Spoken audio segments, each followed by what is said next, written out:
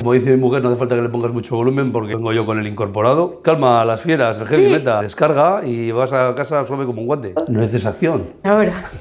Tú dispara. Bueno, bienvenido, Benja. Muchas gracias por concederme el privilegio de esta entrevista. Perfecto, genial. Estamos aquí en un puerto que creo que reconoces bien, ¿no? Sí, por la parte que me toca, sí. Porque tú ya no eres marinero. Eso es. Pero, ¿cuántos años has trabajado como marinero? Pues empecé en la pesca oficialmente en el año 97. 7 de enero del 97, de regalo de Reyes. ¿Recuerdas el día exacto? Sí. Recuerdo el día, ¿sabes? Te voy a decir por qué. Porque cuando empecé en la pesca, anteriormente, cuando estudiaba en el instituto, los veranos, lo que hacía era irme a trabajar también en la pesca con mi padre, pero bueno, ibas allí pues de chavalín, te daban ahí un dinerillo por empezar a currar y hacías algo y pues eso, imagínate tú en Noja con 14 años o 15 añucos y tenías 40 o 50 mil pesetillas en la cartera, pues eras el rey del mambo. Cuando estaba estudiando primero de bachiller, suspendí 6 asignaturas y pues tenía que ir a septiembre y le dije, madre, se acabó, me piró a la mar y me fui todo el verano a la mar. Y ya, pues no sé si... a principios de agosto o mediados de agosto, mi madre me suplicó, Benjamín, por favor, que tú vales para los estudios tal, inténtalo, por favor, y tal. Y venga, vale, ya, pues mi madre la pobre y tal, y pues voy, y estudio. Me fui a una academia, me preparé las 6 asignaturas y aprobé las 6. Llego a casa, mira, mamá, que aprobó las 6. Me pegó unas hostias. ¿Por qué? Lo que no has aprobado en todo el año, lo has aprobado en 3 semanas. En 3 semanas.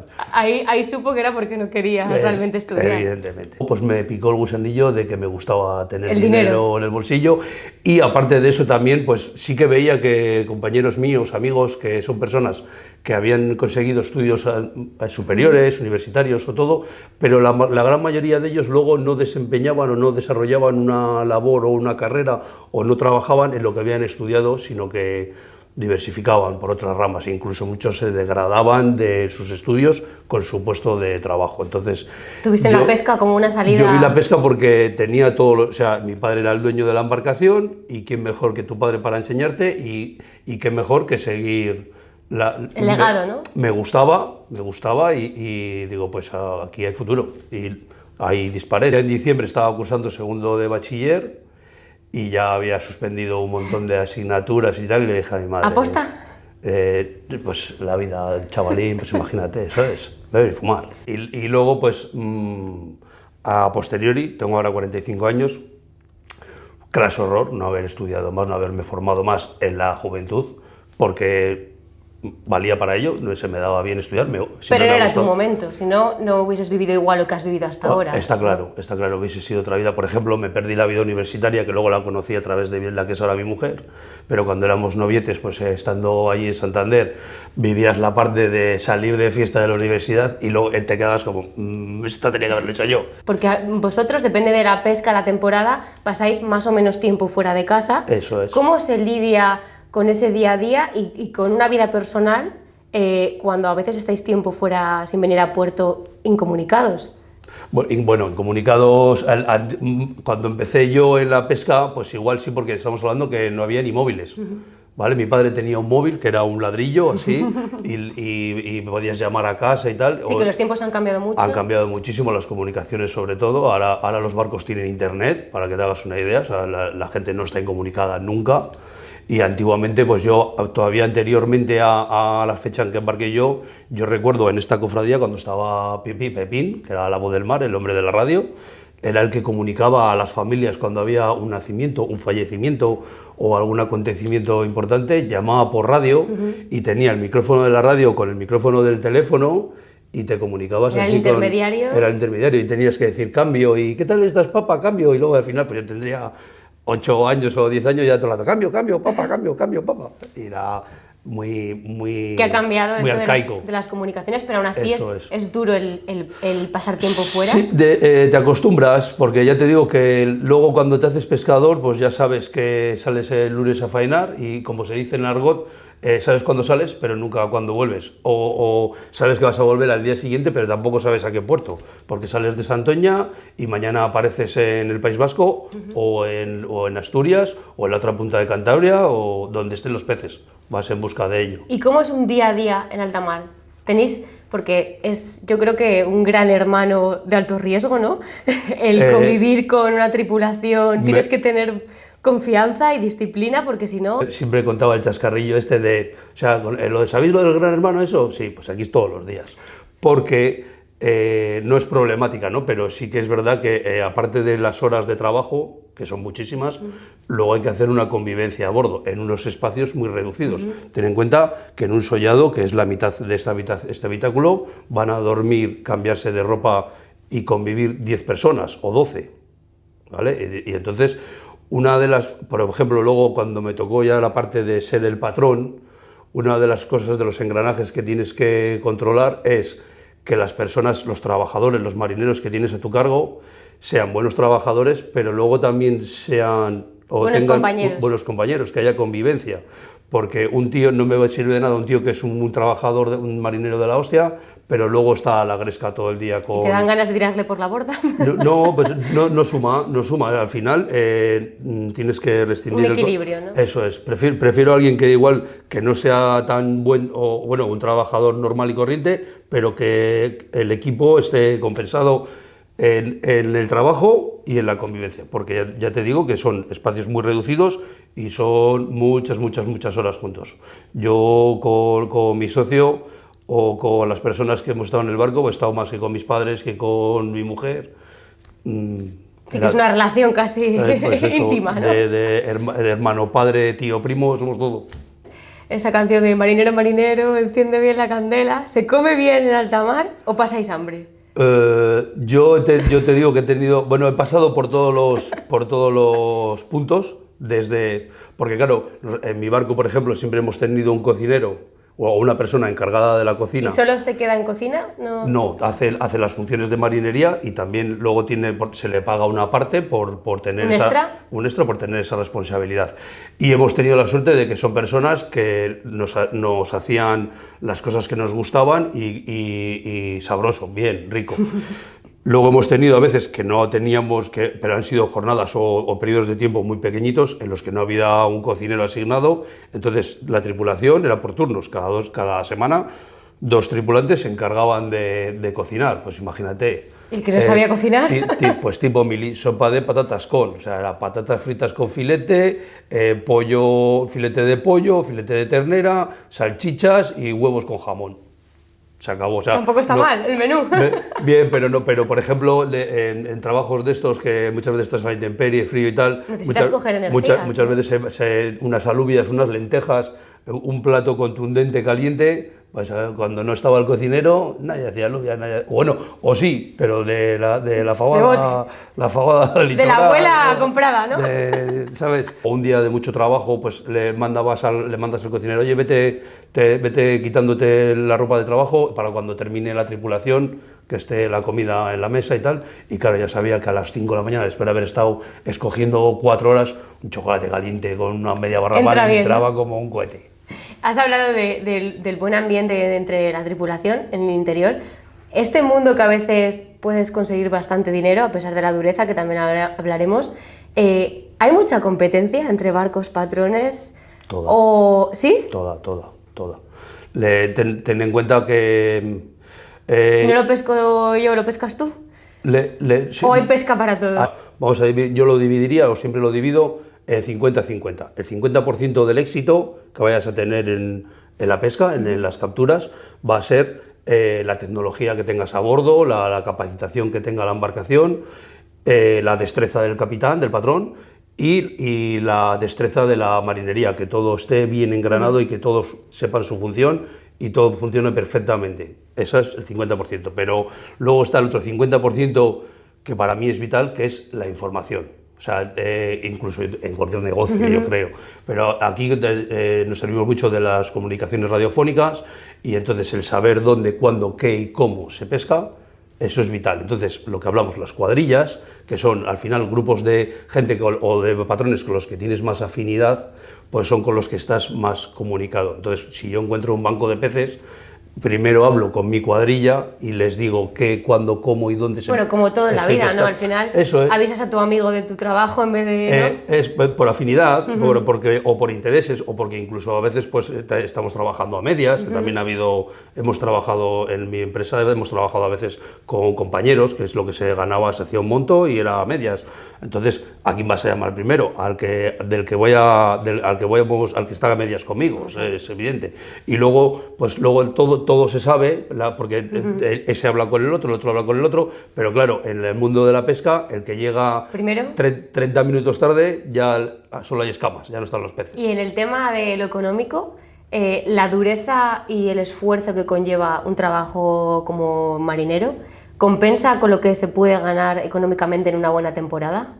Bien, yo creo que sí, y luego también es un poco relativo, porque me voy a lo primero. Cuando te haces pescador y llevas ya cierto tiempo y te asientas como pescador, es tu estilo de vida. Entonces, cuando hay un año guay, un año bueno, pues te reporta mucho, o sea, haces el mismo trabajo o incluso menos a veces, porque muchas veces hay que tener en cuenta que si el barco funciona mal, hay averías, si se estropean mucho las redes... Sí que depende más factores, ¿no? No, es que encima vas a trabajar más, porque es un trabajo no remunerado, cuando se rompe la red hay que reparar, cuando se estropea algo a bordo hay que repararlo, y es un trabajo que no reporta dinero, no reporta económicamente y hay que hacerlo. Y cuando va todo engrasado, pescas a la primera y todo, estás menos tiempos en el mar y tienes más beneficio económico, es un poco lo que te vaya tocando.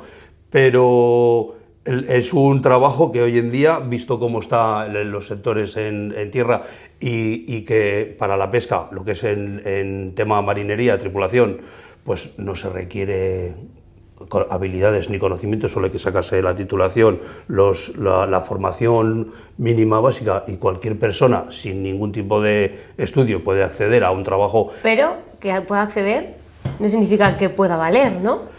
Pero bueno, eso luego ya es como en todos los trabajos. En mi caso particular, te diré que tuve el hándicap muy grande de que me mareaba muchísimo, pero muchísimo, que cuando empecé a ir ya de continuo a la mar, recuerdo que estuve creo que 2 o 3 meses mareado, o sea, yo volvía del barco y me iba a mi casa y estaba mareado. ¿No te tomabas la pastillita esa bio? Nada. Me he puesto monedas en el ombligo, me he pinchado en la oreja, he bebido aceite. ¿Cuál es el colmo de un marinero? Marearse. Marearse. Pues yo me he mareado hasta el punto que mi madre no me quería dejar continuar, porque ya llegué a adelgazar creo que 15 o 17 ¿Y cómo kilos. cambiaste eso? Por cojones, como se me ha puesto, se me quita. Y luego pues, me he reído mucho de las personas que se mareaban, les he hecho putadillas, de todo. Pero ahí estaba yo primero. Pero primero paso yo, y muy canutas, porque además cuando tienes el mareo de la mar, cuando te pega el mareo de la mar, no es como, olvídate de los del coche, ay, que me siento mal, vomito y ya está. Tienes la cabeza aquí, se te va a la... Y claro, el barco sigue moviéndose. Y no se para eso, y no te van a llevar a tierra porque tú estés mareadito. Te tumbas ahí como puedas, y luego con el hándicap de que estás trabajando. Tienes que cumplir. Todos para arriba, ahí va Benja allí desnucado. Walking Dead. Desnucado. A ver ese niño tirado como una colilla. Muy mal, ¿eh? ¿Crees que está infravalorado el trabajo de marinero? Yo, para mi punto de vista, creo que no, porque siempre, o lo que he vivido yo, siempre que he viajado bastante por ahí y todo, y cuando he dicho que soy pescador, que trabajo en un barco de pesca, que me dedico a capturar peces y eso, siempre me ha dado la impresión de que a la gente le ha parecido como, hostia, es un trabajo como muy noble, ¿vale? Siempre me ha dado esa sensación. ¿Y tú alguna vez te has sentido avergonzado por trabajar en...? Bueno, nada, incluso en ese aspecto sí que no, porque ten en cuenta que me parece un poco cursi o tal, pero la película esta de George Clooney, cuando se marchan a pescar, el sentimiento ese de que o sea, en la pesca, cuando sales de patrón, la cuestión es que tú eres el que vas a buscarte tus alubias. Si no me esfuerzo, si no cotejo bien la información, si no tengo el barco bien preparado y a la tripulación bien engrasada, no voy a conseguir objetivos. Entonces, Que es muy satisfactorio, ¿no? Está claro. Y cuando uno tiene una jornada de pesca que ha salido todo bien, has pescado de los primeros, sabes que vas el primero a la venta y vas a ganar perrillas y todo, pues está uno en el puente henchido, ¿sabes? Es la palabra, henchido. Eso por los punta. Mira, ¿eh? ¿Qué sería para ti lo mejor y lo peor de la vida en alta mar? Lo mejor, lo que te he comentado antes, las vistas, porque pongo muy poquito, no utilizo mucho las redes sociales, pero sí que ponía muchos atardeceres, Me encantan. atardeceres, amaneceres, son cosas que solo lo están viendo los que estamos a bordo. Ver el arco iris completo, porque mucha gente ha visto el arco iris, pero no ha visto dónde nace y dónde muere. Hemos pasado por el arco iris, o sea, pasar por el arco iris. Ver cetáceos, interactuar con el mundo marino. Hay unos muy malos también, cuando es el tiempo chungo y tal, a veces hasta te acojona, ¿no? Eso te iba a preguntar, ¿qué, lo peor? ¿O alguna vez has pasado un pánico atroz en el mar? ¿O ya cuando llevas tantos años te inmunizas y no ves el peligro? Bueno, pánico no, pero por desgracia, en el 2021 yo dejé la pesca porque tuvimos un siniestro y he sido náufrago. ¿Qué te voy a contar? ¿Fue el motivo por el que dejaste la pesca? Bueno, no hace falta ahondar en el tema, pero la gente que no lo conozca, naufragó tu pesquero, ¿no? Sí, sí. Y se perdió mi compañero, que es lo peor de todo es eso, claramente, el otro son hierros, ¿sabes? Pero, pues te digo, pues imagínate, 25, tengo 45 y 25 años estaba con ese hombre 24/7, más que con mi mujer o con mis padres. Sí, que aparte de compañero es amigo. Claro, era todo tato, era hermano, primo, tío. ¿Y tenías conciencia durante toda esa etapa de marinero que eso podía pasar o uno pierde ese miedo cuando sale? La gente es muy religiosa, eso yo la verdad que no practico, lo respeto, pero no es santo de mi devoción. Y como curiosidad, siempre todo el mundo o todos los marineros o la gran mayoría, cuando sales con el barco, está la Virgen, está enorme allí en Vistamar y todo el mundo pues, les oías o dicen o comentaban: ay, Virgencita, a ver si pescamos mucho, que ganemos mucho dinero. Y yo sí, virgen, pero siempre quería volver, no quiero, ya ganaremos dinero, ya pescaremos, volver a casa, ¿sabes? Y bueno, pues eso, ya te digo, la vida, te montas en un barco, el que se embarque en un barco y no sea consciente de dónde está metido. Es un riesgo en el que todo el mundo asumes, pero tienes que ser muy consciente de que estás en un barco. Y que eso también. Y un barco está en la inmensidad del mar, ¿sabes? Una puñetera nuez ahí. Hubo ese parón después del accidente. Me hice un break porque me di cuenta de que, a lo que estamos hablando, que te absorbe tanto tiempo el mar, que cuando estás parado los primeros meses estaba muy perdido. Elena fue la que me empezó a meterme en hacer deporte y todo, me vino súper bien. Hombre, ahí también había sufrido eso, algo pues, estaba traumático. Ahí en shock postraumático y hacer deporte, eso de mens sana in corpore sano. Muy cierto, ¿no? Para forever. Hay que hacer deporte que te viene genial a la cabeza y al cuerpo. Empecé a echar currículos y a formarme más, a hacer cursos y cosas. Siempre con vinculación al mar. Ahí es lo que te voy, que siempre estaba disparando hacia lo que conozco también, ¿vale? No, o sea, luego ponerme de camarero no me veía, o sea, aparte que yo el trato con el público no valgo. ¿No vales tú? No, porque como me venga uno toca cojones, se la carga, ¿sabes? No Le echas la red, ¿no? No. He hecho creo que 2 o 3 veces de camarero apaño a un amigo en un bar y mal. Descartado. Mal. Oye, ¿qué me has hecho? No sé qué, que te calles y tómate eso. O sea, ¿hubieses vuelto después del accidente al mar? Volví. Me llaman para hacer una entrevista y me dicen: encajas perfectamente lo que buscamos. Esto era un lunes, el miércoles toma el billete de avión y te embarcas 4 meses de campaña y tal. Perdona, por lo menos esto quería decírselo a mi mujer, ¿sabes? Y tal, y esto. Y cuando vuelvo a casa, esto era noviembre de 2023, ¿qué regalito? Que vas a ser padre. Descartado irme 4 meses y dejar a mi mujer embarazada aquí, no, ¿sabes? Lo descarté por ese acontecimiento tan importante, el más importante. Porque no querías perderte crecimiento de una hija. Evidentemente, y entonces ahí es como 2024, un reseteo, un new beginning, ¿qué pasa aquí? Voy a ser padre. Y ya cuando nace la niña, pues me cojo la paternidad y en septiembre en fiestas, trin, llaman y a la Diputación, que si me interesa coger la plaza de personal experto para la docencia en el ciclo formativo de grado superior y de grado medio en pesca. Y le digo, y claro, mi pregunta siempre solo fue, ¿que es para 2 meses o algo? No, te contratamos todo el año y tal, de cabeza. Porque entonces, así de esta forma, de mi forma de pensar es una cosa que siempre me había llamado la atención. ¿Vale? Que es poder transmitir tus mis conocimientos sin desligarte al mundo del mar. No me desligo del mundo del mar y por otro lado... Disfrutas de tus dos... Y por otro lado ahora, igual voy a ganar menos dinero, pero me pesa más tiempo en casa. Y aquí con este trabajo, la verdad, es que... Lo compatibilizas. La cantidad de tiempo que paso en mi casa comparado a trabajar en el mar es abismal. Y ahora quiero tiempo con mi mujer y que con una mi hija te cambia la perspectiva. Total. Ahora una siesta con el muñequito aquí agarrado vale todo el oro del mundo. ¿Y lo echas de menos? Sí. ¿Sí? Sí, me gusta mucho. 200 años después sigue habiendo miembros de mi familia vinculados al mar, o sea que...